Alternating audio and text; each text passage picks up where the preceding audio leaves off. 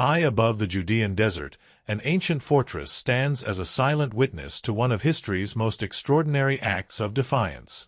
Masada, the final stand of 960 men, women, and children against the might of the Roman Empire. But this is not just a story of battle. It's a story of impossible choices, unshakable resolve, and the price of freedom. What would you do if surrender was not an option? What if resistance meant sacrifice? Today on Voices of History, we take you back to the year 73 CE, to the heart of Masada, where every stone whispers tales of bravery, despair, and the will to live free or die trying. Step into the echoes of the past and discover a story that changed the meaning of resistance forever. This is Voices of History, Masada. All right, let's dive into the Jewish-Roman War. We've got tons of sources, historical accounts, archaeology, even some recent scholarly debates. And we're going to try and pull out those interesting bits, those little aha moments that make you see this conflict in a new light. It's a war that's, often portrayed in simple terms, just Rome versus Judea. But when you dig deeper, you see a much more complex picture, one with internal divisions, political maneuvering, religious fervor. So much going on. Yeah. Let's rewind a bit before the war breaks out. Get a grasp on the context, the simmering tensions. I'm seeing a lot here about the Maccabean Revolt, Hasmonean Dynasty, Herod the Great. Where do these fit into the story? Key pieces of the puzzle, for sure. The Maccabean Revolt back in the 2nd century BCE was pivotal. It showed that Jewish resistance to foreign rule could actually succeed. This victory led to the Hasmonean Dynasty, a period of Jewish independence. So a taste of freedom. Yeah. Didn't last forever, though, right? Right. Internal strife weakened the dynasty, making them vulnerable to Roman intervention. And that's where Herod the Great comes in. Appointed by Rome as the king of the Jews, he was a shrewd politician, ruthless ruler, and a master builder. He renovated the temple in Jerusalem, a massive undertaking, but he also, eliminated any rivals who threatened his power. So walking a tightrope, trying to appease Rome while also maintaining control over a population that wasn't exactly thrilled about foreign influence, how did he manage that balancing act? I think he did it through a combination of strategic alliances, political maneuvering, and, brutal repression. But this delicate balance couldn't be sustained forever. After Herod's death, his kingdom was divided among his sons, and none of them possessed his, I guess you could say, political skills. And that opened the door for direct Roman rule. Exactly. Rome, always eager to expand its influence, saw an opportunity to consolidate its control. Judea's location, linking Egypt and Syria, two key Roman provinces, made it a prime target. They installed Roman procurators, who often prioritized extracting wealth over addressing the needs of the local population. So we've got resentment brewing against Roman rule, economic exploitation adding fuel to the fire. But something I find interesting is how the Jewish population itself wasn't unified. Seems like there were some serious internal divisions even before the war broke out. Absolutely. That's crucial to remember. It wasn't simply Rome versus Judea. Jewish society was fragmented, with different groups holding vastly different views on how to respond to Roman rule. You had the elites, the Sadducees, who often collaborated with Rome to maintain their own power and influence. Okay, so not popular with everyone else. Not at all. Then you have the Pharisees, more focused on religious law and observance. They were wary of Roman influence, but didn't necessarily advocate for armed rebellion. They believed in preserving Jewish traditions, but, within the existing system. All right, so two very different approaches to dealing with Roman power, but I'm also seeing mentions of groups like the Zealots and Sicarii. These names sound a bit more intense. Yeah, much harder line. The Zealots were fiercely opposed to Roman rule, advocating for armed resistance to achieve Jewish independence. Compromise, to them, was betrayal, and they were willing to fight, even against overwhelming odds. And the Sicarii, what about them? They sound a bit like a shadowy militant group. Yeah, they were a radical offshoot of the Zealots. Known for their clandestine violence, they targeted not just Romans, but also Jewish collaborators, using fear and intimidation to, advance their cause. Wow. Yeah. So we've got Roman occupation, economic exploitation, deep divisions within Jewish society itself. It's like a powder keg. But, I'm curious about the common people, the everyday folks caught in the middle of all this. What was their experience like? The Amharites, as they were known, are often overlooked in historical accounts. But they were the backbone of Jewish society. and they bore the brunt of Roman taxation and the consequences of, well, all this political turmoil. Their grievances played a critical role in, fueling the revolt. Yeah, it's easy to imagine the frustration and anger building up. It seems like just about everything was pushing towards a breaking point. You're absolutely right. And that breaking point came in 66 CE. Seemingly minor incidents, like a dispute over a synagogue in Caesarea, Roman soldiers confiscating temple funds, all of a sudden it escalated into riots and then full-blown rebellion. Wow. So what starts as localized unrest quickly spirals out of control. How does Rome, this massive empire, how do they respond to this challenge to its authority? Well, Nero, the Roman emperor at the time, he dispatches Vespasian, a seasoned general, to quell the rebellion. Vespasian arrives with a formidable force, 3 legions strong, and he adopts a methodical approach. He first targets Galilee, a region known for, its fertile land and potential for resistance. Mm-hmm. And this is where we see the brutal effectiveness of Roman siege warfare. Exactly. The Romans were masters of siegecraft. They employed a combination of military might, engineering prowess, and psychological warfare. The siege of Jotapata, a city defended by none other than Josephus, our future historian, highlights this Roman approach. Oh, wow. So the man who will document this war firsthand starts out on the side of the rebels, fighting against the very empire he'll later serve. Yeah, it's a fascinating twist, and one that makes you wonder how his personal journey might have shaped his account of the war. That's definitely something we'll unpack later. But for now, we've got Roman legions on the move, crushing resistance in Galilee, and a sense that this conflict is far from over. It's like the first act of a tragedy, setting the stage for an even more dramatic confrontation. And that confrontation will center on Jerusalem, the heart of Jewish resistance, and really the symbolic center of their faith. Last time, we left off with those Roman legions, crushing resistance in Galilee. Now the focus shifts to Jerusalem, a city steeped in history, religious significance. This wasn't just about conquering territory. It was about striking at the very heart of Jewish identity for the Romans. And Jerusalem itself, it was a heavily fortified city, right? Built on a plateau, steep valleys surrounding it. Taking it wouldn't have been a walk in the park, even for the mighty Roman army. Absolutely right. Jerusalem was a natural fortress, and its defenses had been strengthened over time. The Romans knew they couldn't just storm the city.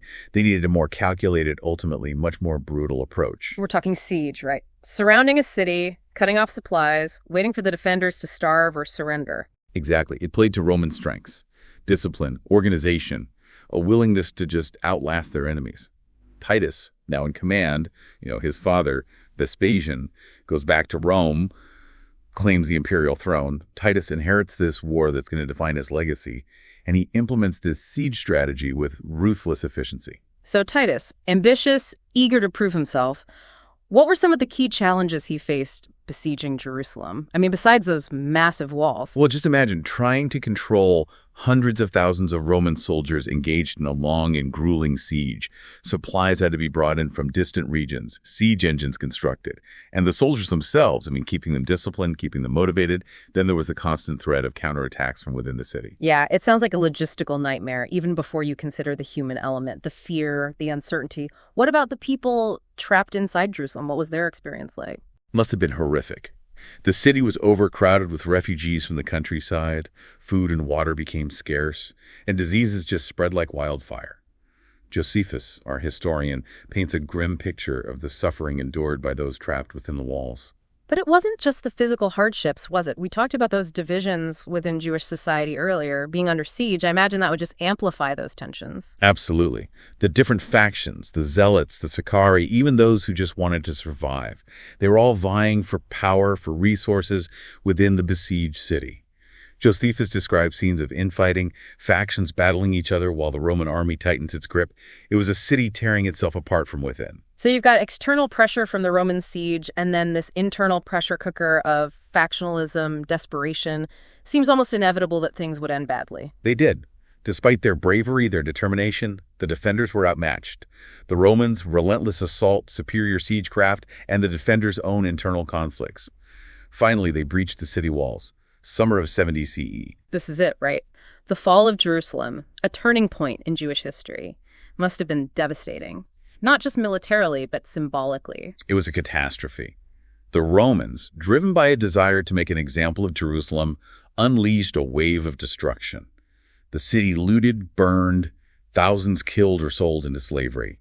The Second Temple, the very heart of Jewish religious life, utterly destroyed. The destruction of the temple. It's hard to overstate the significance of that event. I mean, this wasn't just a building. It was the center of Jewish worship, the symbol of their covenant with God. You're exactly right. Its destruction sent shockwaves through Jewish communities, far beyond Judea.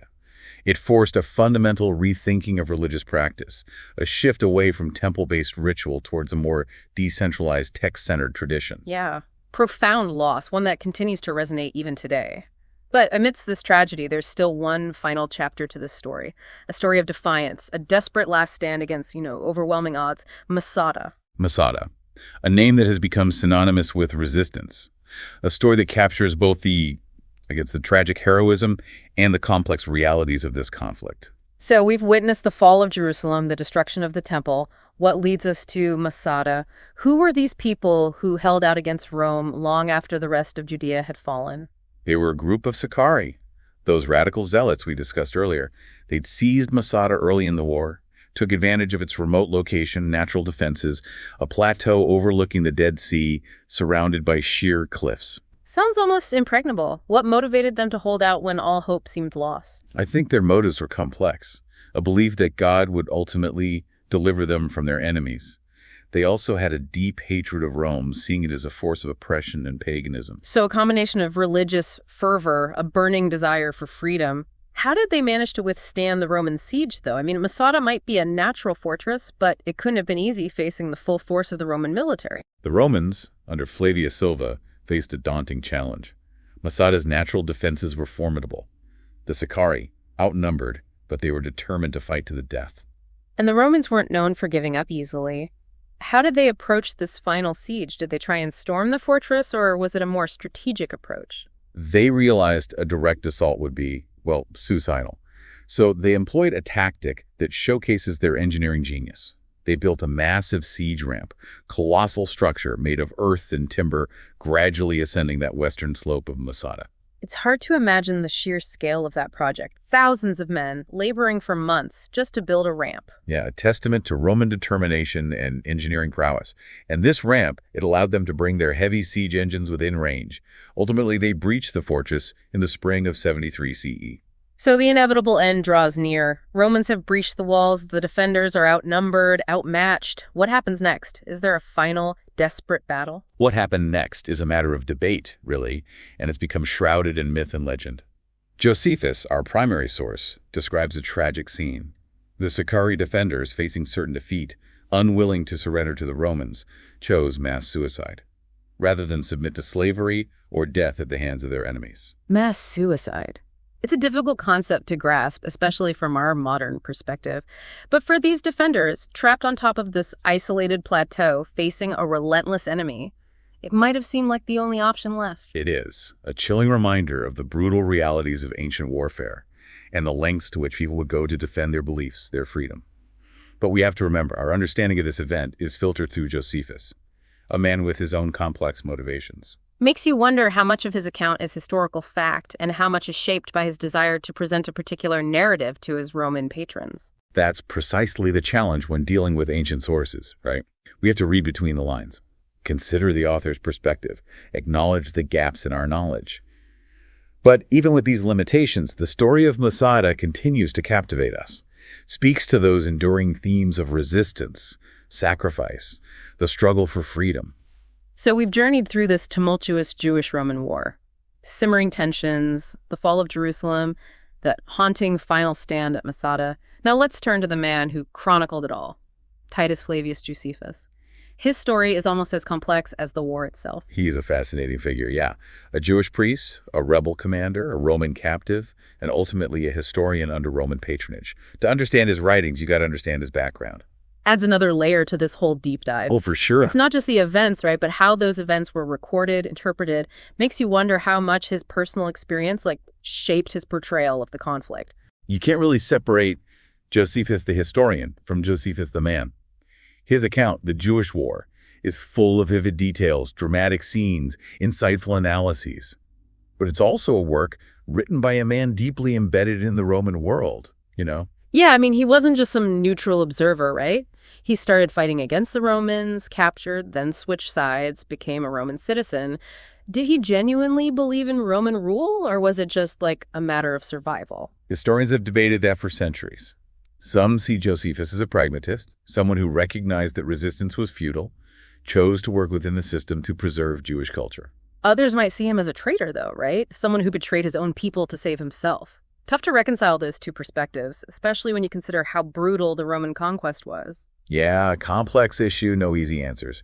What we can say is Josephus's account is undoubtedly shaped by his unique position. He had access to information, perspectives that others wouldn't have had, but he also had a vested interest in presenting a narrative that wouldn't offend his Roman patrons. So how do we navigate that as readers?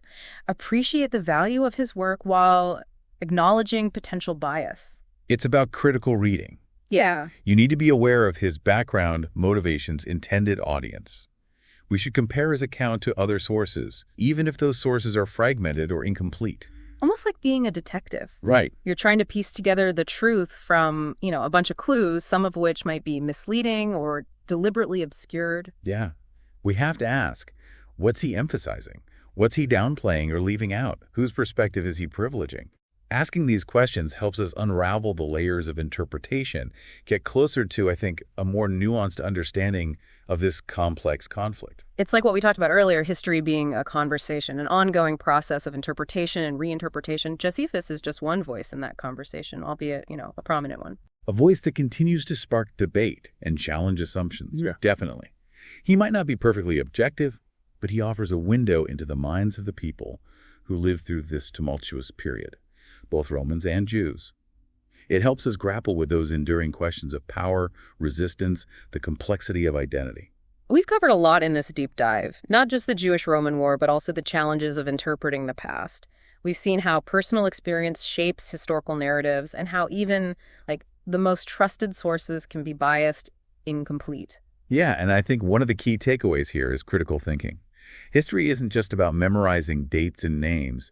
It's about engaging with the past, asking questions, challenging assumptions. Recognizing that our understanding is always evolving. New evidence emerges, new perspectives. It's a journey, and one that we hope you'll continue on your own. We've given you the tools, the insights to dig deeper, explore the complexities of this conflict and its lasting legacy. The Jewish-Roman War might have ended centuries ago, but its echoes are still felt today, I think.